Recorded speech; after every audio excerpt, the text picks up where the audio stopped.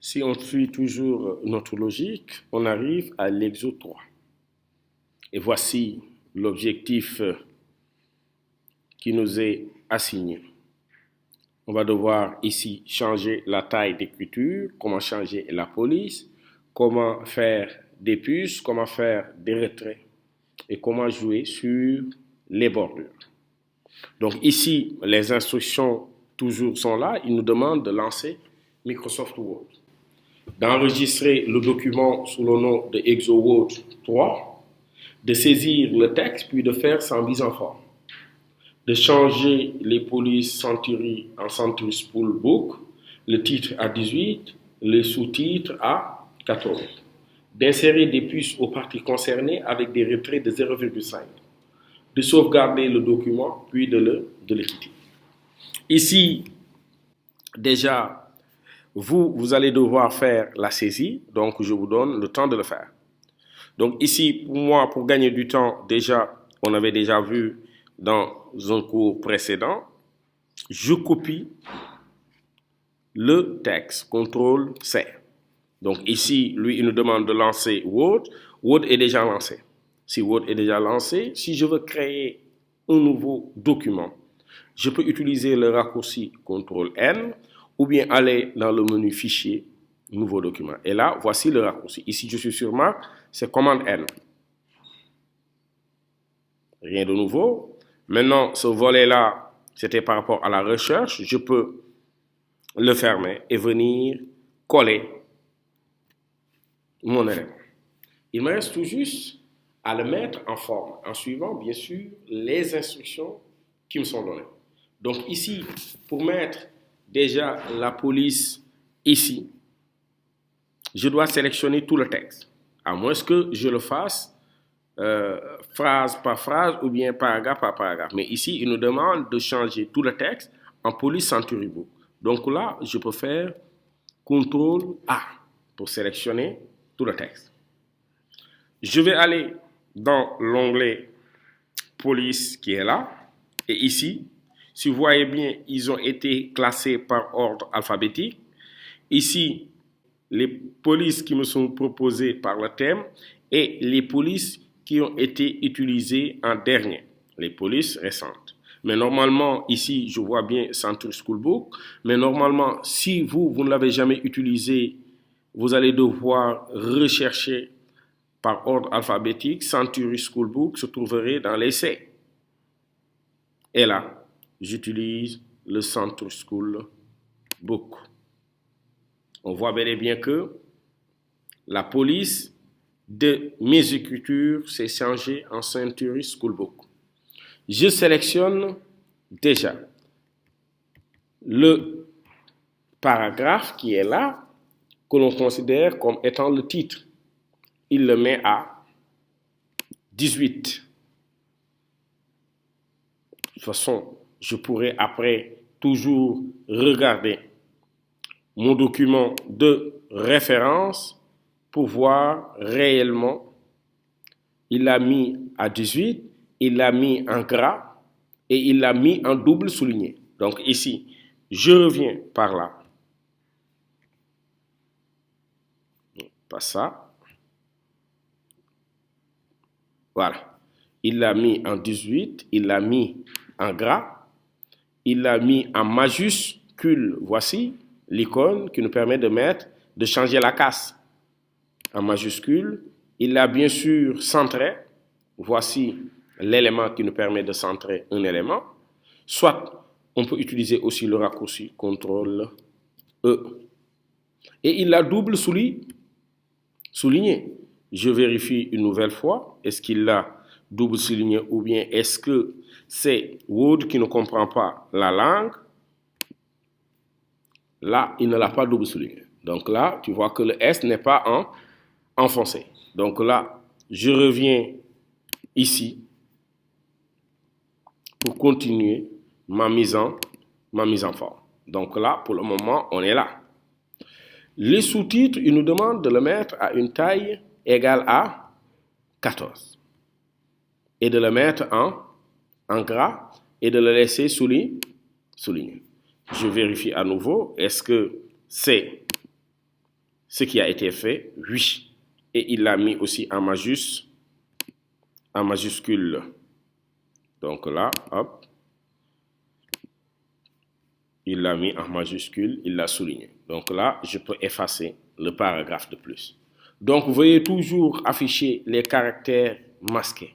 Maintenant, ici, on va commencer par apprendre quelque chose de nouvelle. Parce que là, état civil, études et diplômes, expérience professionnelle et langue étrangère, ils doivent avoir la même mise en forme.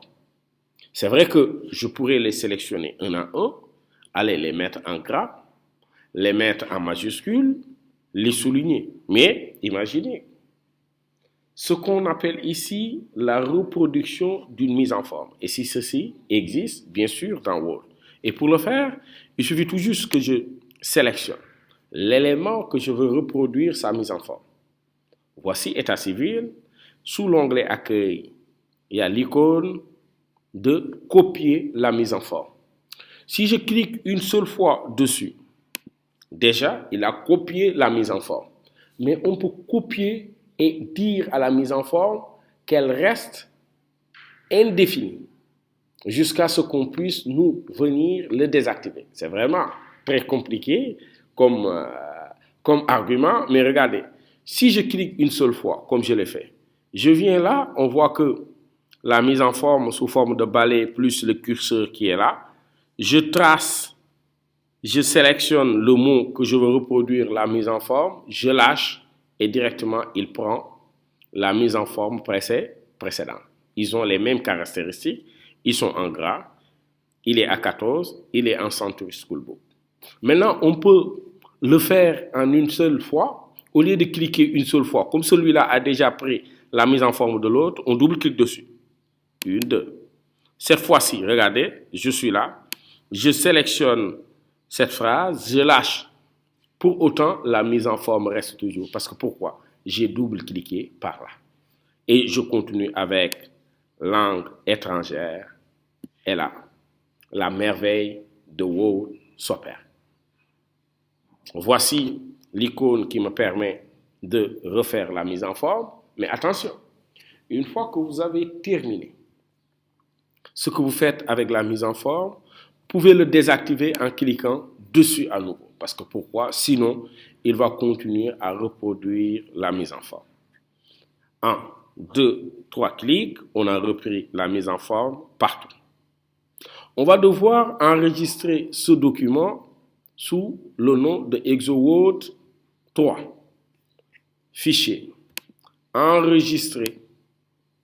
Toujours dans le même dossier Doudou, on l'appelle ExoWord 3.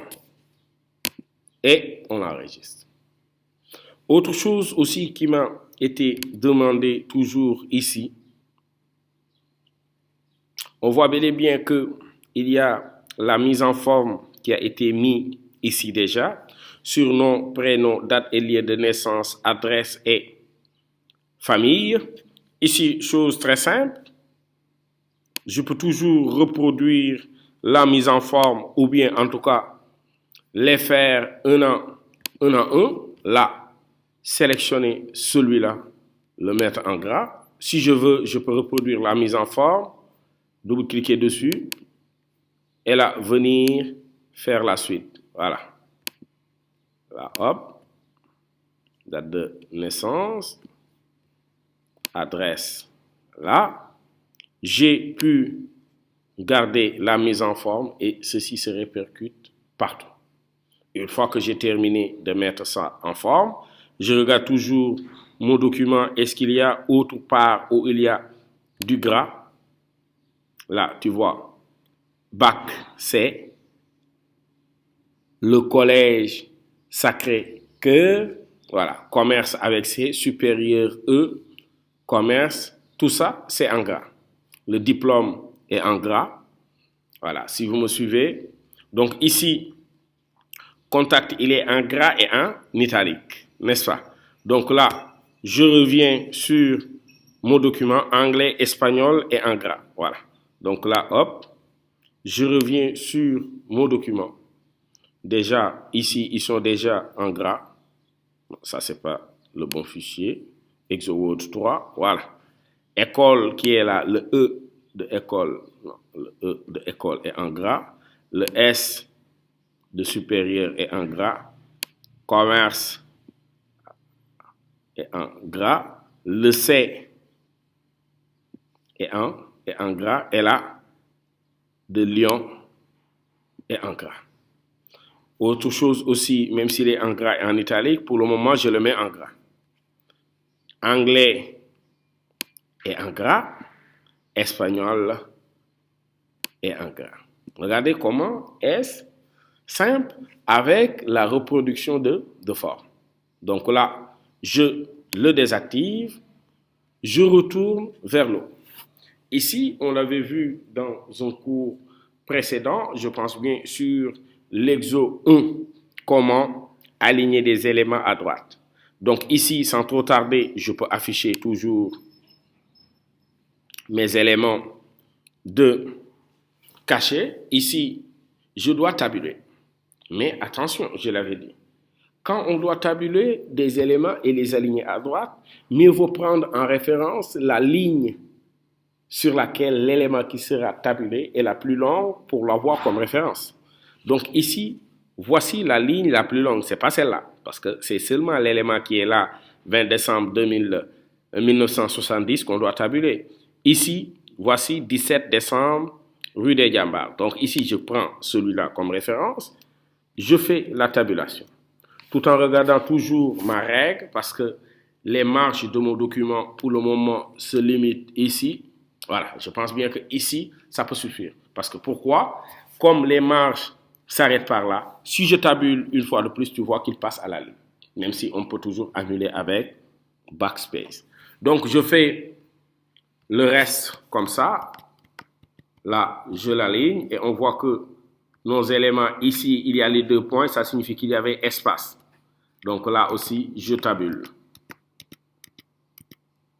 Voilà, on voit que nos éléments, là aussi, il y a 2 points, ça signifie que j'ai, voilà. Alors qu'à la place, on peut avoir des tabulations. Il me reste ce dernier. On fait la tabulation. On peut toujours cacher les caractères pour voir le résultat. Il me demande dans cette partie aussi de mettre des listes à puces. Donc, je sélectionne les parties concernées. Pour le mettre en liste à puces, voici l'élément. On est sous l'onglet Accueil, sous les options de paragraphe. Ici, il y a ce qu'on appelle les puces. Et il y a un certain nombre de puces qui nous sont proposées. On peut même chercher d'autres puces, mais ici, on est sur un CV.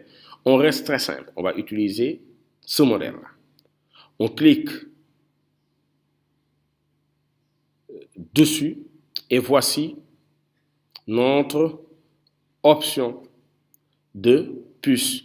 Maintenant, ici, on peut toujours venir définir de nouvelles puces en ayant, bien sûr, des images ou bien même en cherchant d'autres éléments de puces qui nous sont proposés.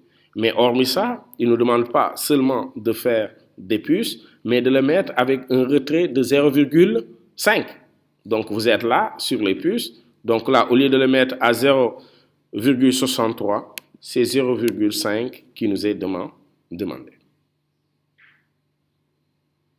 Voilà. Et là, on valide par OK. Là aussi, n'oublions pas qu'on a le retrait du texte par rapport aux puces.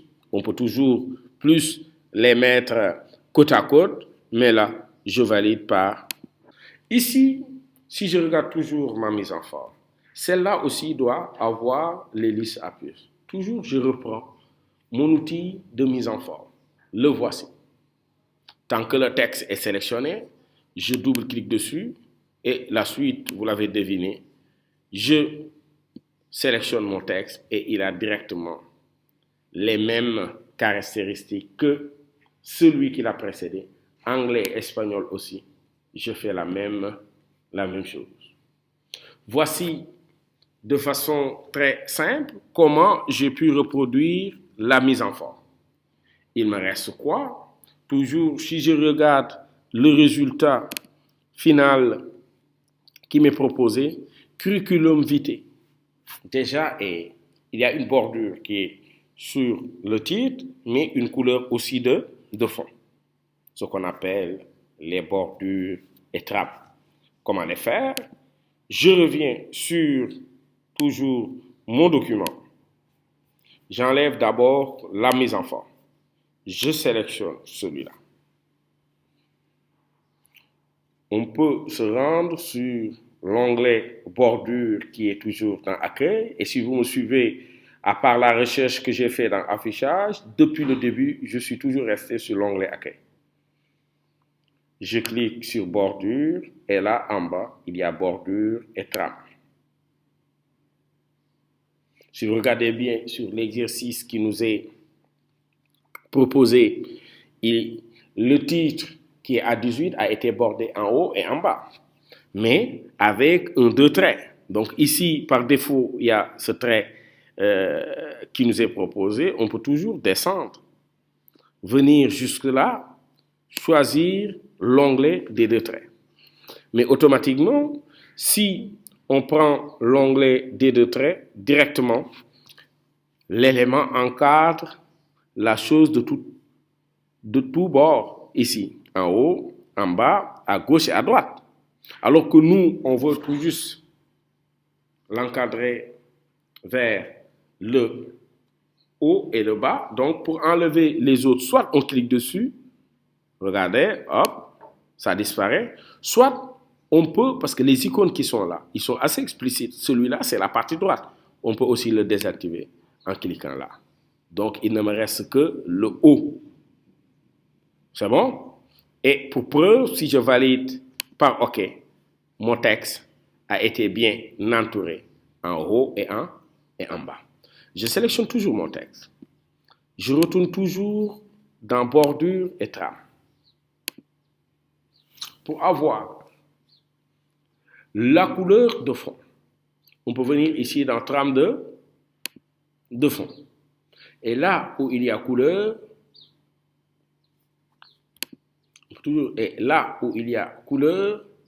on choisit la couleur grise.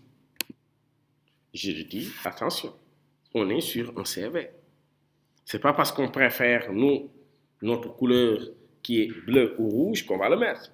Il faut rester aussi simple. Donc là, je valide par OK. Et voici ce qui nous était demandé sur l'exercice 3. Mais comme j'avais déjà enregistré, je quitte toujours en faisant le fameux CTRL S.